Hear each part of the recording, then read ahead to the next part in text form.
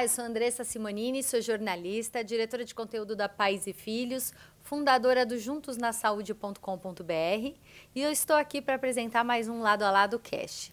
Dessa vez eu tenho um convidado especial, que é o Dr. Walter Henriques da Costa. Ele é gerente médico do AC Camargo Cancer Center e a gente vai falar hoje muito do câncer de próstata, questões que a gente estava falando de Novembro Azul. Bem-vindo. Obrigado pelo convite, é um prazer estar aqui. Eu acho que nós estamos no mês de novembro, que é o mês de conscientização da saúde do homem, né? E na saúde do homem a gente tem que obrigatoriamente falar de alguns tumores preveníveis, né? Ou rastreáveis, e o mais comum deles, sem dúvida, é o câncer de próstata. Né? Então eu já quero pegar o gancho, já que você trouxe também falando da importância do Novembro Azul, que a gente está vivenciando ele agora.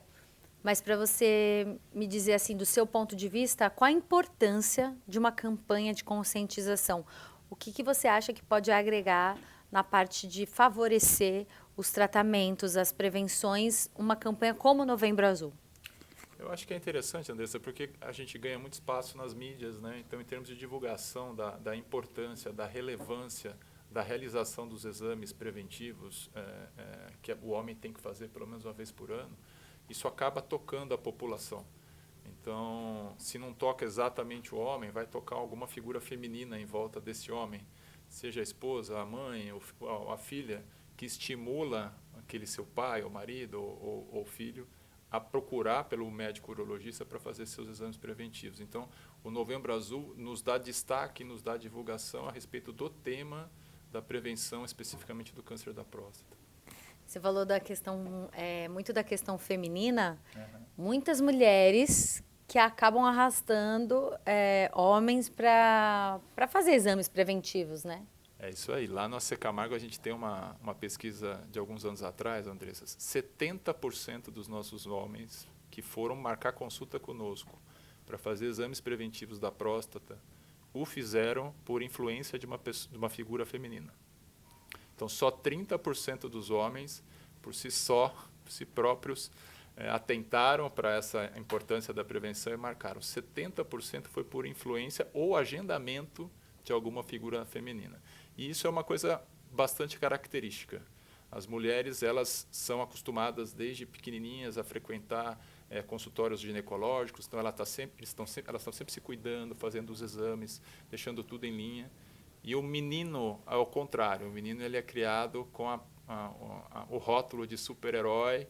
Então, desde pequenininho, ele não se cuida tanto com a saúde dele, ele acha que ele é mais forte do que ele de fato é. Então, é uma coisa cultural que diferencia os homens e as mulheres. E ainda bem que no Novembro Azul a gente tem também as mulheres do nosso lado para ajudar esses homens. Inclusive, a criadora do Novembro Azul é uma mulher, né? Com certeza.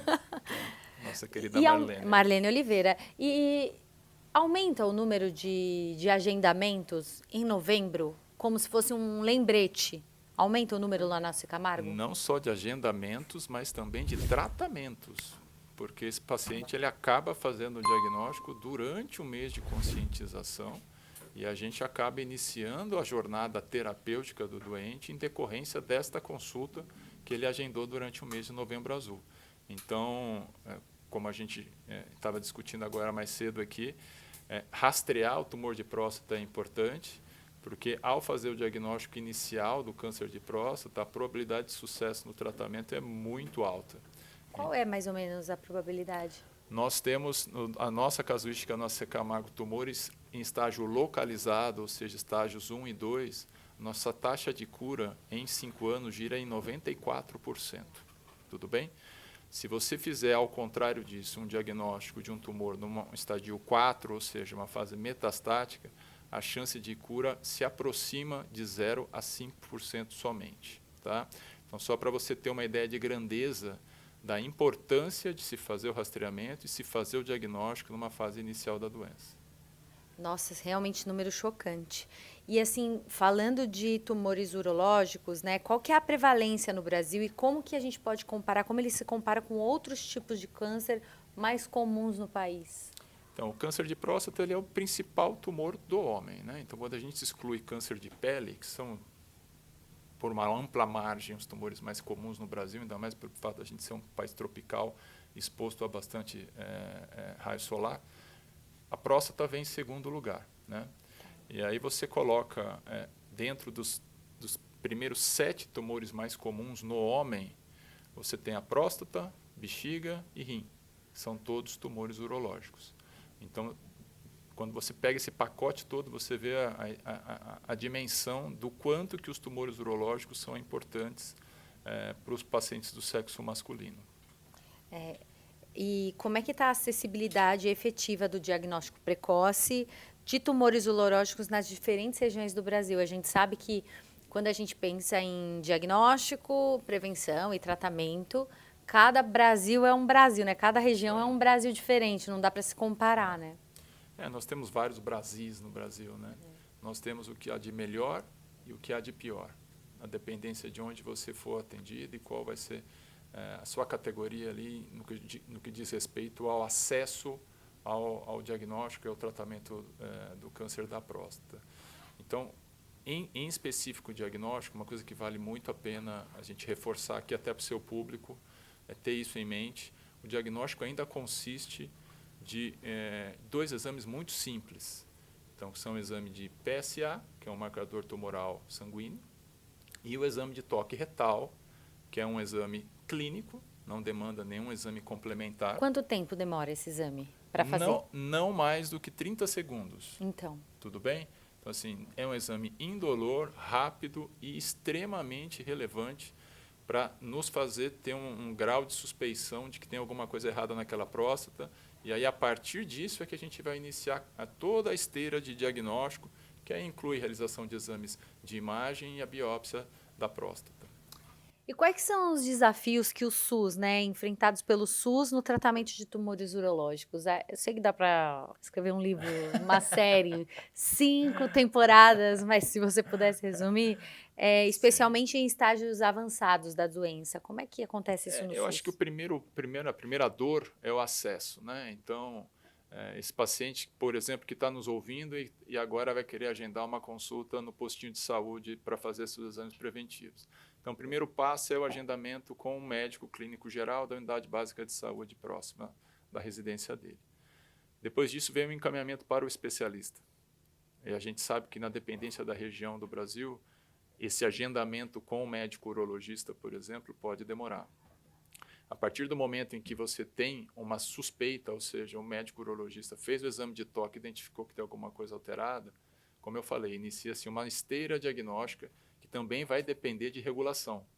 Então, são alguns exames que não necessariamente no município do paciente eles estão disponíveis. Então, não é incomum ele ter que ser encaminhado para um serviço secundário ou terciário para poder fazer o seu diagnóstico. E aí vem uma segunda dor, que é a dor após o diagnóstico. Então, como que esse paciente vai ser tratado? Não é toda a micro-região no Brasil que tem estrutura para fazer tratamento oncológico de câncer de próstata. E aí é necessário um referenciamento para um hospital que tenha mais complexidade, mais estrutura para tratar. Na dependência da região onde o paciente está, ele pode ser tratado de formas diferentes. Depende muito da estrutura física, então material, se tem estrutura para cirurgias minimamente invasivas, se tem acelerador para radioterapia. E também existem diferenças da própria equipe médica. Então, tem gente que tem mais expertise, mais experiência em determinada técnica cirúrgica, por exemplo, para o tratamento do câncer de próstata, do que outros centros. Então, via de regra, a gente identifica que existe essa disparidade, né? E da mesma forma que, do ponto de vista social e econômico, a gente enxerga a região norte e nordeste um pouquinho mais com menos estrutura para o tratamento, né? Mas, falando especificamente do nosso estado, que é o estado de São Paulo, me chocou um número que veio, inclusive, do Instituto Lado a Lado, mostrando que no estado de São Paulo, 62% dos homens com diagnóstico de câncer de próstata fazem diagnóstico no estadio onde a doença está localmente avançada ou metastática. Então, no estado mais rico da federação, onde teoricamente o acesso é mais fácil e é mais rápido, ainda assim a proporção de homens que fazem diagnóstico com doença avançada é enorme. E você acha que isso está acontecendo por quê? Acho que aí tem um misto, né? Então, tem um misto de comportamento da população masculina. Então, eu acho que a população, de uma forma geral, ainda carece dessa atitude de buscar a realização dos exames periodicamente para se fazer o diagnóstico mais precoce possível. Existe o componente de saúde pública, de política pública.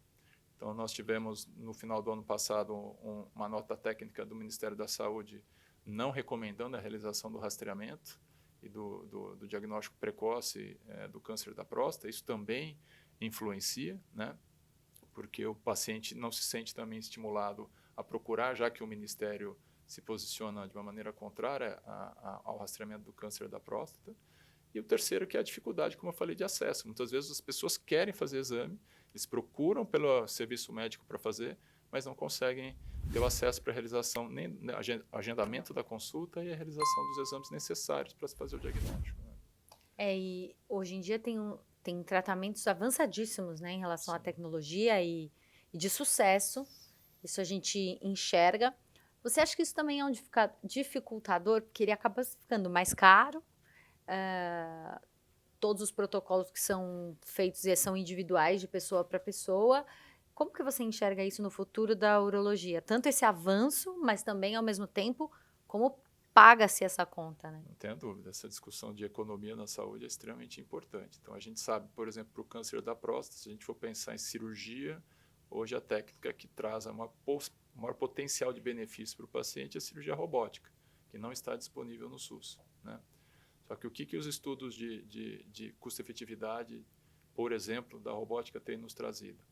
O custo que a gente vai absorver no início do tratamento, ou seja, a cirurgia em si, a utilização do aparelho, das pinças, ele acaba sendo recompensado no futuro pela menor probabilidade de sequelas decorrentes do tratamento.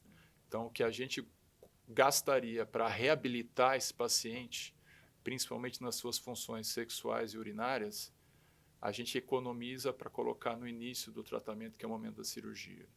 Então, sim, eu acho que é uma discussão assim, importante, da qual tem que participar múltiplos entes da sociedade. Então, aqui eu estou falando de governo, estou falando de sociedades de especialidades médicas, especificamente da SBU, da Sociedade Brasileira de Urologia, e instituições, como é o caso da Secamago, que tem a experiência de tratar tanto os pacientes no SUS quanto os pacientes privados.